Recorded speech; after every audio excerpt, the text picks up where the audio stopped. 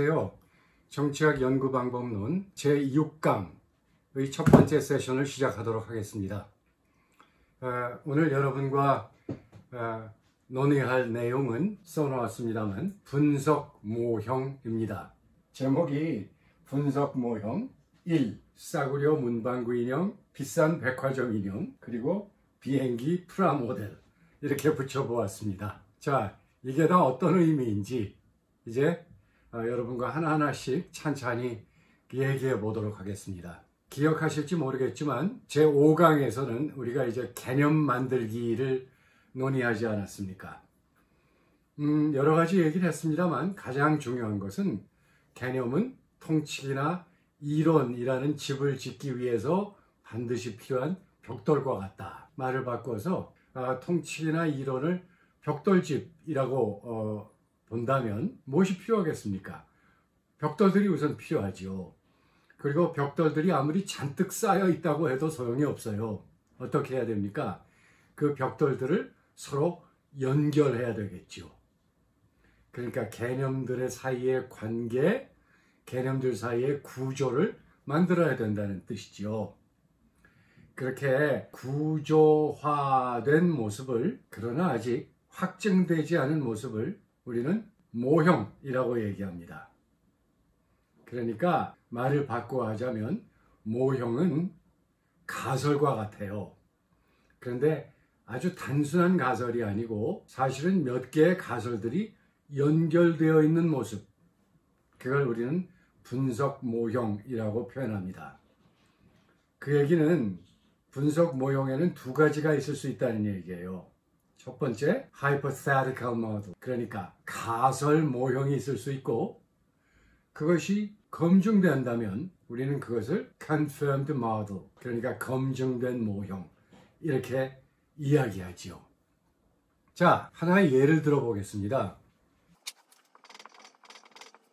정치학 연구의 중요한 주제 중에 하나가 정치 안정 혹은 정치적 안정입니다. 우리 모두는 정치가 안정되기를 원하지 않습니까? 그래서 정치 질서가 잘 지켜지고 또 그럼으로써 사람들의 정치적 행동, 정치 행태도 주어진 법적, 제도적 테두리 내에서 그렇게 진행되는 그런 모습, 그게 바람직하지 않겠습니까? 그런데 한국에 있어서조차 정치 안정의 수준은 고정되어 있지 않습니다. 역사 속에서 어떨 때는 굉장히 불안하고 또 어떨 때는 상대적으로 안정되고, 다시 말해서 정치 안정의 수준이 역사 속에서 자꾸 변한다는 얘기죠. 무엇이 그것을 그렇게 만들까? 이제 이런 생각을 하게 되죠. 그래서 아마도 한 두 가지쯤 원인이 있을 것 같다. 이렇게 우리는 볼 수 있어요. 하나는 경제 성장이겠죠. 또 하나는 무엇이겠습니까? 정부에 대한 신뢰가 있을 수 있어요. 그래서 만약 어떤 사람이 정치 안정의 수준을 결정하는 인자는 굉장히 많지만 나는 이번에 두 가지 인자에 집중을 해보겠다. 첫 번째는 경제 성장이고 두 번째는 정부에 대한 신뢰도다. 그러니까 이제 정치 안정이 Y라면 경제 성장은 X1이고 정부에 대한 신뢰도는 X2가 되겠죠. 그런데 이들 사이에 인과경로, 인과적 관계를 화살표로 표현해 볼 때 어떻게 해야 될까? 이런 생각이 나는 거죠. 어떤 사람은 이렇게 표현할 수 있어요. 조금 복잡하니까 약자를 써서 다시 써보겠습니다. 경제 성장을 EG라고 하죠. Economic Growth. 그 다음에 정부에 대한 신뢰도를 TG, Trust Towards Government. 뭐 이렇게 표현하고, 정치 안정을 PS, Political Stability 이렇게 표현하자고요. 그래서 이것들을 이용해서 다시 써보면 이런 거죠. 자, 그러면 이 화살표는 아주 재미있는 걸 보여줘요. 뭐냐면 경제성장 EG가 PS에 영향을 준다. 그 다음에 TG가 PS에 영향을 준다. 이런 얘기죠. 그러면 어떤 사람은 이런 의문을 가질 수 있어요. EG와 TG는 관계가 없나? 이런 생각을 할 수가 있죠. 이렇게 표현할 수도 있을 것 같아요. 자, 앞에 것과 좀 다르죠? 이 화살표를 보면 is는 PS에 직접적인 영향을 준다. 또 하나의 영향력의 경로가 있다. 뭡니까? is는 TG를 거쳐서 간접적으로 PS에 영향을 준다. 이런 얘기가 되는 거죠. 또 어떤 사람은 이렇게 볼 수도 있어요. is와 tg는 서로 영향을 준다. 그러니까 tg가 is를 거쳐서 y에 영향을 줄 수도 있고 is가 tg를 거쳐서 y에 영향을 줄 수도 있고 이런 얘기예요. 그래서 우리가 지금까지는 이렇게 표현하지 않았습니까? 가설을 쓸 때 가설이니까 점선을 쓸까요? 무슨 얘기입니까? x1과 x2가 y에 인과적인 영향력을 줄 것이다. 이런 기대, 이런 가설을 만든 거예요. 그런데 이 가설은 굉장히 모호해요. x1, x2가 서로 개별적으로 y에 영향을 주는지, 다시 말해서 이런 건지, 아니면 x1과 x2가 서로 상호작용하면서 y에 영향을 준다는 것인지 알 수가 없지요. 그래서 어떤 사람은 이런 가설을 세울 수 있어요. x1과 x2가 따로따로 독립적으로 y에 영향을 줄 것이다 라는 기대, 즉 가설을 만들 수도 있고, 어떤 사람은 이렇게 쓸 수도 있어요. 이렇게 기대할 수도 있죠. x1은 y에 대해서 직접적인 영향을 줄 것으로 기대한다. x2도 y에 대해서 직접적인 영향력을 준다고 여겨진다. 그런데 x1은 또 x2에 영향을 준다. 바꿔 말해서 x1의 영향력은 x2를 거쳐 y로 전달되기도 한다. 이렇게 다양하게 볼 수도 있다는 얘기입니다. 그래서 우리는 이제 통치기나 이론의 기본 단위로서의 개념들, 지금 x1, x2, y들은 다 개념들 아니에요? 그것들을 설정한 다음에 이들 사이의 관계를 구조화해야 됩니다. 그리고 그렇게 구조화된 그런 관계가 현실에서도 실제로 재현되는가를 따져보아야 되는 거죠. 그래서 이런 개념들, 그리고 개념들 사이의 관계 구조를 그려놓은 것, 이것들을 우리는 모델이라는 말로 표현합니다. 자, 그런데 여러분, 모델이라는 용어를 마주한다면 어떤 생각이 드세요? 더 쉽게 말해서 모델이라는 용어를 듣게 되면 무엇이 생각납니까? 첫 번째 떠오르는 게 아마 패션 모델일 수 있어요. 그러니까 아주 멋진 여성, 멋진 남성들이 멋진 옷을 입고 나와서 보여주지 않습니까? 그럴 때 우리는 패션 모델 그렇게 부르잖아요. 그러면 그런 경우에 우리가 사용하는 모델은 어떤 의미를 갖는 걸까? 어떤 의미를 갖는다고 생각하십니까? 뭐 살아있는 사람이 아니더라도 여러분 그 백화점에 옷 사러 가면 마네킹들이 옷을 입고 있지 않아요. 그런데 그 모습을 가만히 들여다보면 말입니다. 사실은 실제 살아있는 사람과 조금 달라요. 저를 기준으로 한다면 많이 달라요. 저보다 키도 크고 그 다음에 몸집도 아주 좋고 보기 좋다 이런 얘기예요. 자, 그 얘기는 무슨 얘기냐면 이 옷을 멋지게 입으려면 이런 정도의 사람이 되어야 한다. 뒤집어 말해서 이런 사람이 이 옷을 입었을 때 이 옷이 정말 멋있게 보인다. 예쁘게 보인다. 이런 의미죠. 그래서 우리는 모델이라는 용어를 바람직한 것, 이상적인 것, 혹은 따라야 할 것, 이런 의미로 사용하는 경우가 많습니다. 그걸 우리는 이제 이렇게 표현합니다. normative model. normative라는 건 원래 당위적인 그런 뜻인데 가장 바람직한 이런 거죠. 어떤 가장 바람직한 모습을 일컬어 우리가 모델이라는 말로 표현하는 경우가 있습니다. 뭐 정치학에서 의회 민주주의의 모델은 웨스트민스터 모델이다 이렇게 얘기를 해요. 그러니까 의회 민주주의가 가장 바람직스럽게 운영되는 그런 상태, 그런 모습은 영국식 웨스트민스터 모델에서 찾을 수 있다. 그러니까 웨스트민스터 모델, 영국식 민주주의는 의회 민주주의가 따라야 할, 가져야만 할 그런 일종의 범전, 이상형이다. 이렇게 쓰는 경우가 굉장히 많습니다. 그런데 우리가 과학 연구에서 사용하는 모델은 normative model, 즉 이상형이 아닙니다. 우리 사회과학에서는 혹은 과학에서는 다 마찬가지입니다. 자연과학이나 사회과학이나 모델이라는 용어를 사용할 때 이런 의미로 씁니다. 여기도 써놨습니다만 analytic model, 그러니까 분석 모형이지요.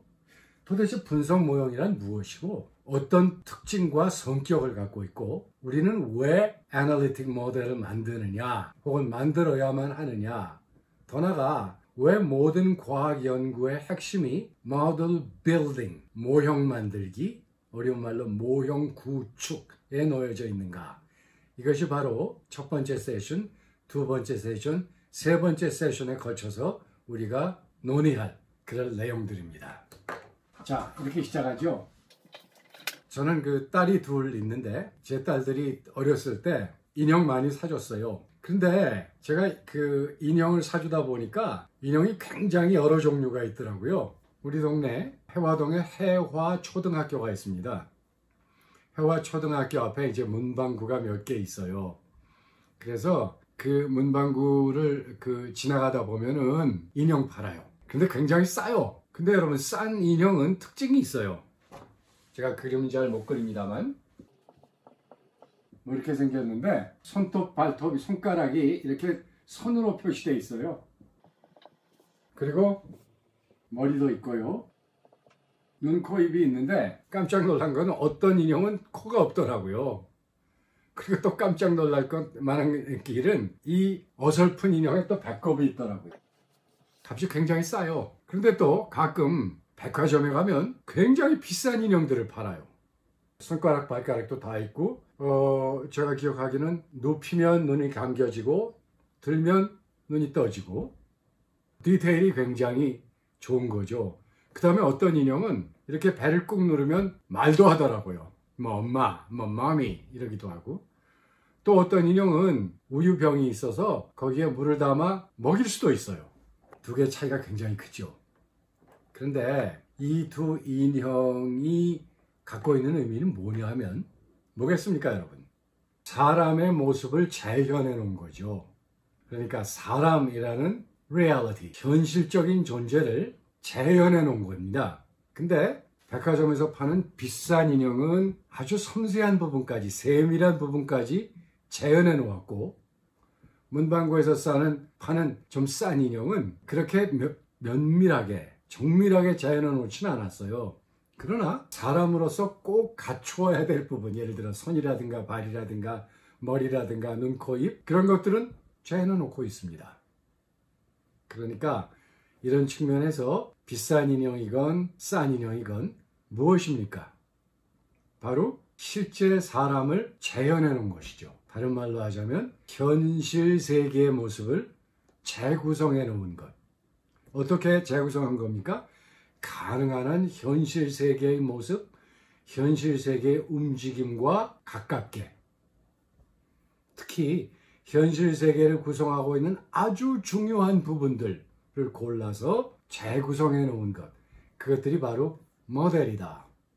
따라서 우리는 모델을 보면 현실 세계가 무엇으로 구성되어 있는지, 정치학에 있어서의 모형이란 어떤 정치 현상이 전개되는 모습을 재현해 놓은 그런 것들이죠.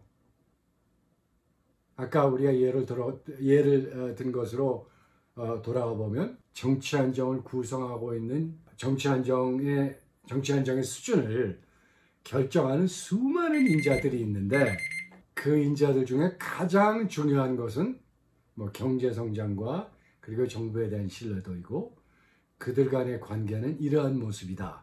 이렇게 재구성해 놓은 거죠. 근데 여러분, 그게 현실 세계의 모습을 있는 그대로 복제해 놓은 건 아닙니다. 뭡니까, 여러분? 현실 세계를 재구성해 놓은 것이다. 어떻게 재구성한 겁니까? 조금 단순화하여 재구성해 놓은 것이다. 따라서 우리는 모델을 통하여 현실 세계의 모습의 가장 중요한 부분을, 가장 중요한 면모를 우리는 파악할 수 있다. 이렇게 볼 수 있는 겁니다. 그러니까 과학 연구에 있어서 분석 모형이란 그것이 그려내고자 하는 현실 세계가 어떤 인자들로 구성되어 있고 그들 간의 관계는 어떤가를 파악하고 그리고 이해하는 데 사용되는 그런 도구이다. 이렇게 얘기할 수 있죠. 그래서 첫 번째 초기의 모형은 가설적이겠죠.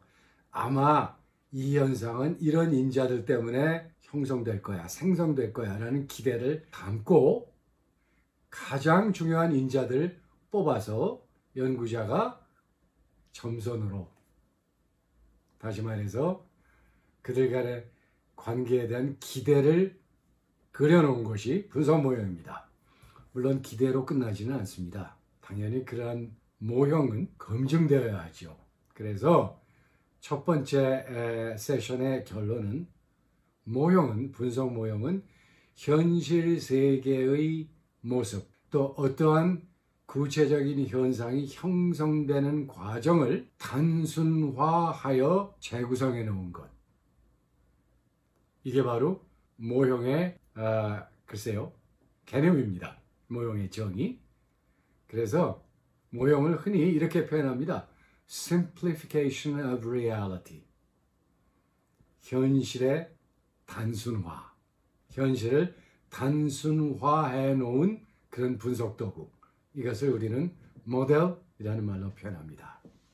이제 아직 비행기 프라모델 얘기는 안 했는데 우리가 그 프라모델을 좀 들여다보면 보다 구체적으로 모형의 의미를 파악할 수 있을 겁니다. 첫 번째 세션은 일단 이것으로 종료하도록 하겠습니다. 그리고 두 번째, 세 번째 세션에 걸쳐서 모형에 대해서 보다 구체적으로 얘기하고 어떤 종류가 있고 또 어떻게 만들 것인가 이야기해 보도록 하겠습니다.